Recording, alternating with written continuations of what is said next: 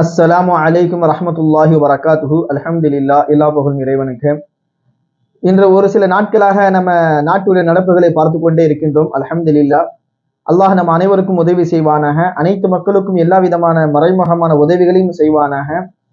Iran, Israel, அமெரிக்காவுடைய இந்த போருடைய சூழ்நிலையை பார்த்து சில மக்களுக்கு சந்தோஷமாக இருந்தது. ஈரானை அடிங்க, நல்லா அடிக்கிறான், வாங்கணும், இவர் தீவிரவாதிகள், துரோகிகள், இது போன்ற மக்கள் வாழக்கூடாது, துலுக்க, இந்த மாதிரி நிறைய விஷயங்கள் இன்னைக்கு நம்ம கமெண்ட்ஸ்ல பார்த்துக்கிட்டே இருந்தோம்.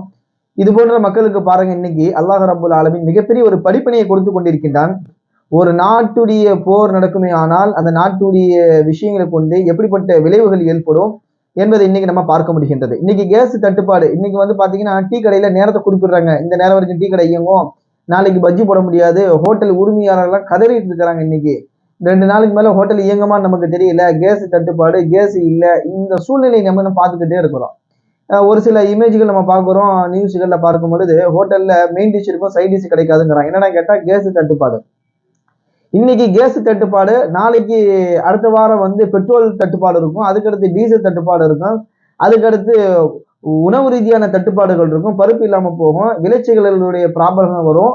இப்படி ஒரு நாட்டுடைய போரின் காரணமாக எவ்வளவு பெரிய விளைவுகள் நடக்கும் என்பதை சிந்திக்காத மக்களை பார்க்கும் பொழுது நமக்கு ரொம்ப ஆச்சரியமாக இருக்கின்றது.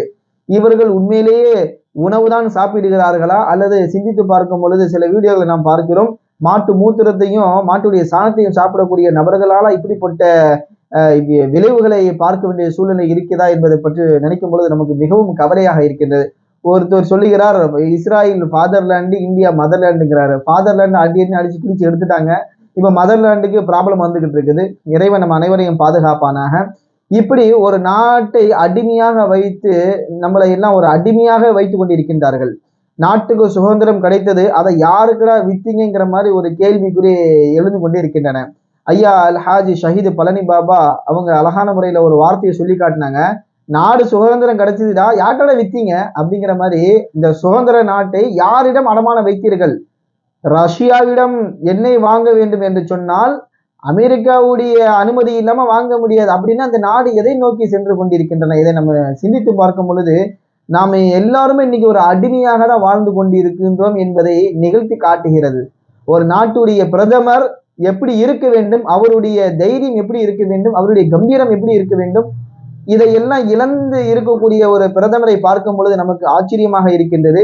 ஆனாலும் ஆச்சரியத்துக்கு ஒன்றும் பிரச்சனை இல்லை. ஏனென்று கேட்டால் இவர்கள் சாவக்கருடைய வாரிசுகள் தானே. இவர்கள் எப்படி வாழ்ந்தார்கள் என்ற வரலாறுகள் இன்னைக்கு நம் கண் முன்னே இருந்து கொண்டிருக்கின்றன. இப்பவும் நாம் இந்த வாரிசுகளை பார்க்கும் பொழுது அவர்கள் ஞாபகம் வந்து கொண்டே இருக்கின்றன. இப்ப நிகழ்காலத்தை பார்க்கும் பொழுது இன்னைக்கு எப்படி மண்டியிட்டு வாழ்ந்து கொண்டிருக்கின்றார்கள், அதே போன்றுதான் பிரிட்டிஷுடைய காலத்திலும் அவர்கள் மண்டியிட்டு வாழ்ந்தார்கள், அடிமையாக வாழ்ந்தார்கள், நம்மை காட்டியும் கொடுத்தார்கள், நம்மை அடிமையாக்க என்ன வழி எல்லாம் அவர்கள் வழி வகுக்க முடியுமோ அதையெல்லாம் வகுத்து கொடுத்தார்கள் மற்ற நாடுகளுக்கு. அதே போன்றதான் இன்னைக்கு நடந்து கொண்டிருக்கின்றன. இதே நிலைமை நீடித்து கொண்டே இருக்குமே ஆனால் நமது நாட்டினுடைய பொருளாதாரம் மிகவும் வீழ்ச்சியை நோக்கி சென்று கொண்டிருக்கும். ஆகையால இந்த நேரத்தில் நாம் செய்ய வேண்டியது அல்லாஹ்விடத்தில் அதிகமாக பிரார்த்தனை, துவா செய்வோம். இன்ஷா அல்லாஹ், அல்லாஹ் நம்மையும் பாதுகாப்பானாக, நம்மை சுற்றி இருக்கக்கூடிய பிற மத மக்களையும் அல்லாஹ் ரப்பல் ஆலமீன் பாதுகாப்பானாக. ஒரு சில அயோக்கியர்கள் செய்யக்கூடிய தவறுகளினால் உலக மக்கள் பாதிப்புக்குள்ளாகின்றார்கள். அல்லாஹ் ரப்புல் ஆலமீன் இந்த பாதிப்புகளிலிருந்து அனைத்து மக்களையும் அல்லாஹ் மீட்டெடுப்பானாக. இறைவனிடத்தில் இன்ஷா அல்லாஹ் இரவு நேரங்களில் அல்லாஹ்விடத்தில் அதிகமாக துவா செய்யும். ரமதானுடைய மாதமாக இருக்கின்றது. அது மட்டும் இல்லாமல் இஅ்திகாஃபுடைய நாட்களில் இஅ்திகாஃபில் இருக்கக்கூடிய மக்களுக்கும் இந்த செய்தியை நாம் கொண்டு சேர்ப்போம். இன்ஷா அல்லாஹ் அவர்களுடைய துவாவின் பரக்கத்தை கொண்டு அல்லாஹ் ரப்புல் ஆலமீன் இன்ஷா அல்லாஹ் இது போன்ற பாதிப்புகளில் இருந்து அனைத்து மக்களையும் அல்லாஹ் பாதுகாப்பானாக. இதே நிலைமை நீடித்து கொண்டே இருக்குமே ஆனால் பொருளாதாரத்துடைய விலைகள் அதிகமாக சென்றுவிடும், மக்கள் மிகவும் கவலைக்குள்ளாவார்கள், நடுத்தர மக்கள் மிகவும் கவலைக்குள்ளாவார்கள். அது மட்டும் இல்லாமல் ஏழ்மையில் இருக்கக்கூடிய மக்களுக்கு மிகப்பெரிய ஒரு பாதிப்பை ஏற்படுத்தும். இதை பார்த்து சிரித்து வாழக்கூடிய நபர்களை பார்த்து நமக்கு மிகப்பெரிய வருத்தம் உண்டாகின்றது. அல்லாஹ் ரப்புல் ஆலமீன் இது போன்ற மக்களுக்கு அல்லாஹ் ஹிதாயத்தை நசீபாக்கி தந்தல்வானாக. அல்லாஹ் ரப்புல் ஆலமீன் இல்மே நாஃபி என்று சொல்லக்கூடிய புரோஜனம் தரக்கூடிய இல்மை அல்லாஹ் ரப்புல் ஆலமீன் நம் அனைவருக்கும் தந்தல்வானாக. ஆமீன். அஸ்ஸலாமு அலைக்கும் வரஹ்மத்துல்லாஹி வபரகாத்துஹு.